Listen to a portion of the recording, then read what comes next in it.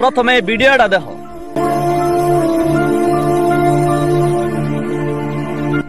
একটা মানুষের বাড়ি ঘরে হাত দেওয়া না তার কলজার মধ্যে হাত দেওয়া।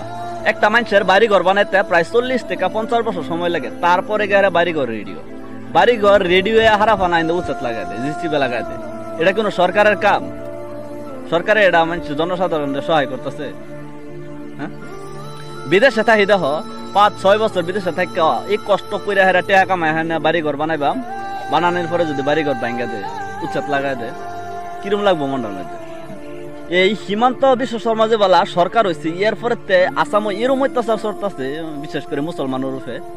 এই মসজিদ ভাঙ্গে, এই ভাঙ্গে, মাদ্রাসা ভাঙ্গে, এই উচ্ছেদ করে। আবার কিরম সরকার মানে গঠন করছি আমরা, মানে কি কয়, বহুত একটা খারাপ লাগে।